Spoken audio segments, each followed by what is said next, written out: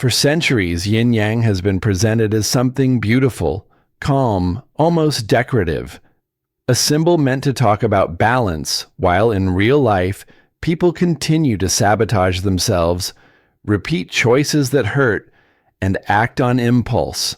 What almost no one says is that yin yang was never created to calm you.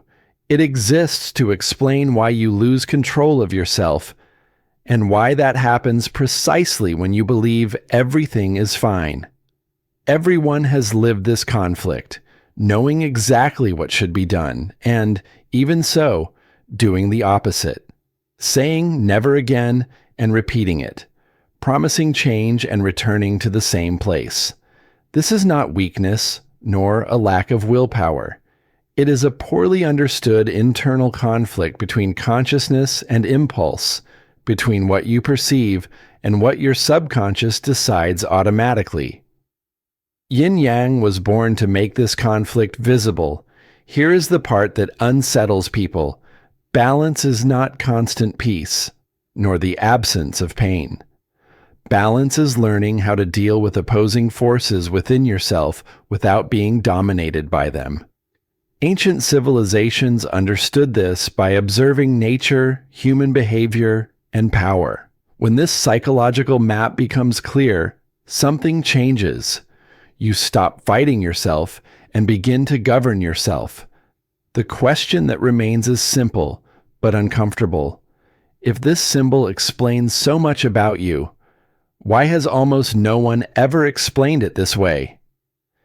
Yin Yang was never a symbol of peace. It was a model of conflict. Many people look at Yin Yang and immediately think of calm, inner peace, and eternal emotional balance. But that interpretation is modern and incomplete. In ancient China, Yin Yang did not emerge to calm anyone, but to explain the internal conflict that sustains life. Day and night, cold and heat, expansion and contraction. The observation of nature showed that everything functions through tension, not static harmony. The symbol is born from that reality, the constant friction between complementary opposites. Within Chinese philosophy, internal balance never meant the absence of conflict, but the management of conflict. Yin and Yang do not fight. They alternate. It is like the human body. Inhalation and exhalation. Focus and rest. Action and pause. When someone tries to live only in one pole, only productivity or only rest, the system collapses. The meaning of yin yang has always been tied to self-regulation and the fine adjustment between forces that never disappear. And here is a point few people mention. This model explained human behavior long before modern psychology existed. It showed that the problem is not having impulse, but lacking internal control over when to use it. This ancient reading begins to prepare the ground for something larger. If yin yang explained natural cycles, how did it come to be used to understand human decisions, power, and strategy? That is where the story becomes even more interesting. The historical origin of yin yang. Dates, context, and real function. The earliest records of yin yang appear in ancient China around 1000 BCE, during the Zhou dynasty. At that time, the symbol was not yet a famous visual design, but a functional concept used to explain natural patterns. The term yin yang appears connected to the I Ching, Book of Changes, one of the oldest texts in human history, used to observe change, cycles, and practical decision-making. No shallow mysticism, it was a reading of reality. Around 500 BCE, the concept gains clearer form with Taoism, especially in teachings associated with Laozi, Lao Tzu. It is during this period that yin-yang comes to represent opposing and complementary forces in constant transformation. Importantly, the idea of good versus evil did not yet exist. The symbol explained function, not morality. It was used to understand climate, agriculture, health, and human behavior.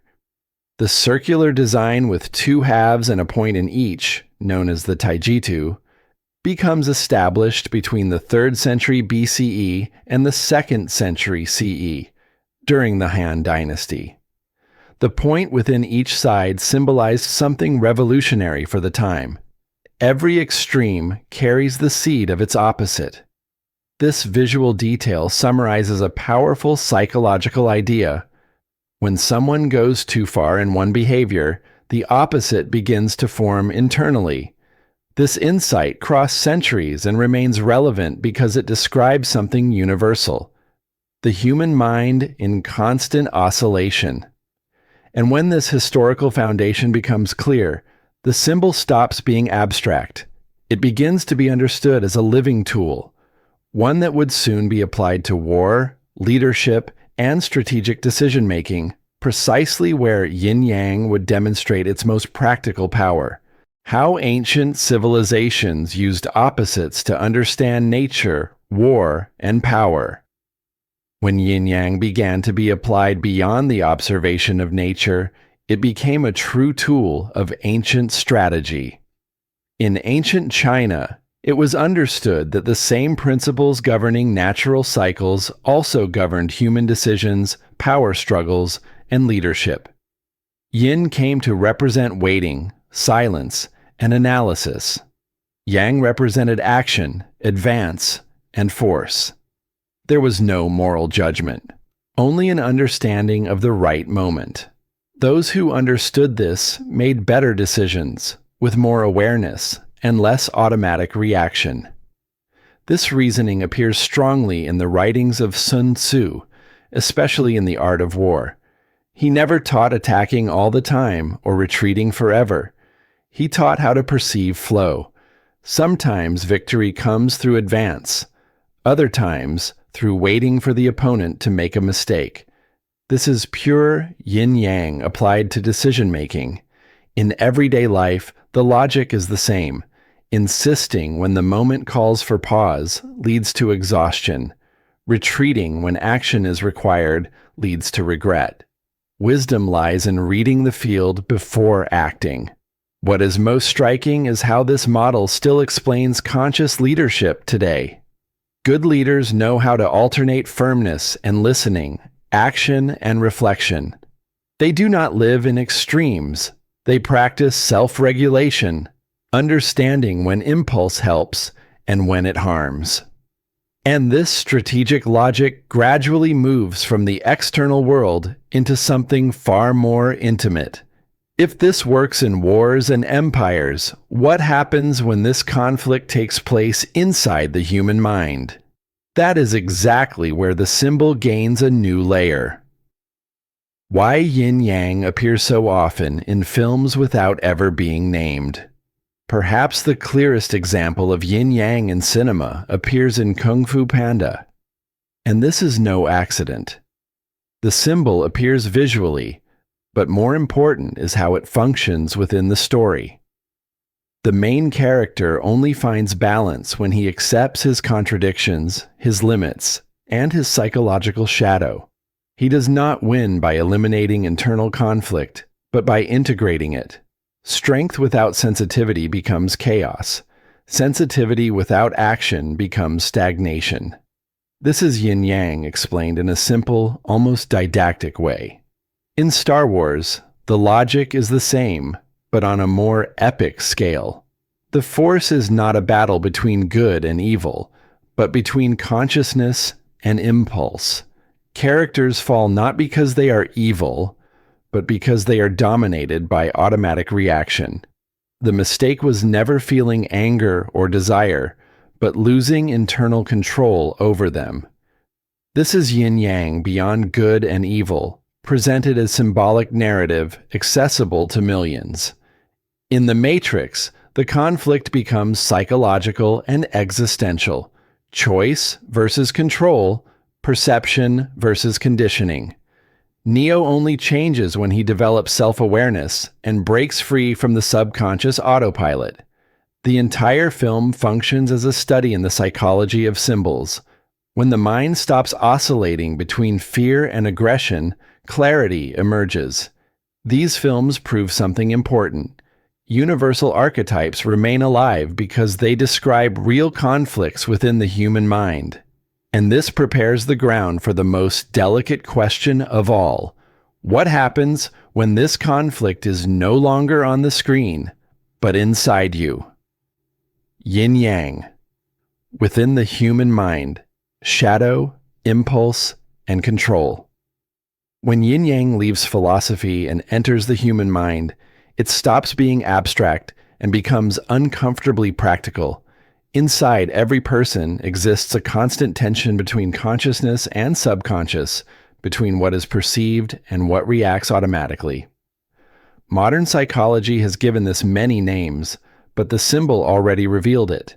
Denying one side does not eliminate internal conflict. It simply pushes everything into the psychological shadow.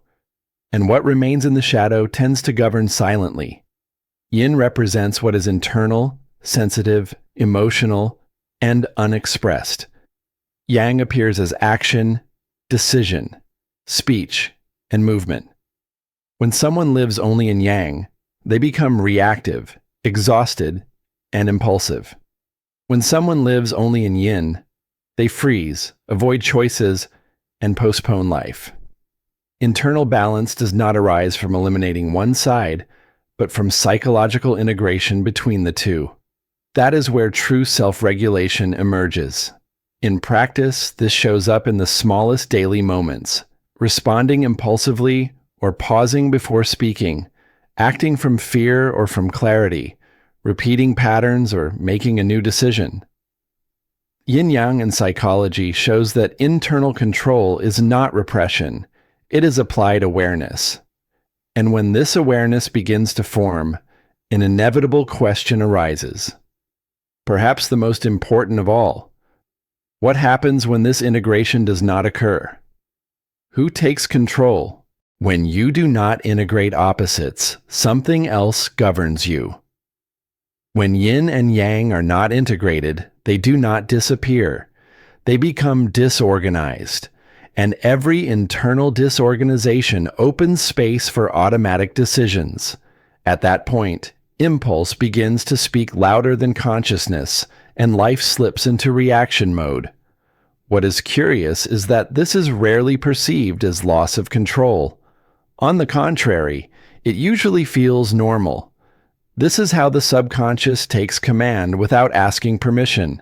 This is the moment when the symbol stops being philosophical and becomes a practical warning about personal responsibility. When someone does not develop self-awareness, choices become guided by habits, fears, and old conditioning. The absence of self-governance does not create immediate chaos. It creates repetition. The same decisions, the same conflicts, the same outcomes. In this sense, Yin Yang functions as a silent mirror of internal conflict management. Perhaps this is why ancient symbols have always disturbed people when truly understood. They remind us that no one governs life better than those who understand their internal opposites. Conscious leadership begins within, not outside. And when this idea becomes clear, it prepares the ground for an unavoidable realization. If the symbol reveals how control works, why was it reduced to decoration, superstition, or misunderstanding throughout history? After understanding Yin Yang in this way, the question stops being philosophical and becomes personal. How have you been dealing with your own opposites? Do you act from consciousness or impulse? Do you observe before reacting or repeat patterns automatically? The symbol only points to the map. Walking the path is your choice. This is not about changing everything at once. It is about beginning to notice. Noticing when impulse takes the wheel. Noticing when consciousness falls silent. Small pauses, small different choices, small conscious decisions slowly reorganize internal balance. That is how self-governance is born. Not from perfection, but from attention. So let me ask you directly, who is governing your decisions today? Your consciousness or your impulses? If this content resonated with you, subscribe to the channel, activate notifications, and continue learning with us. Here, symbols are not meant to decorate, they are meant to transform.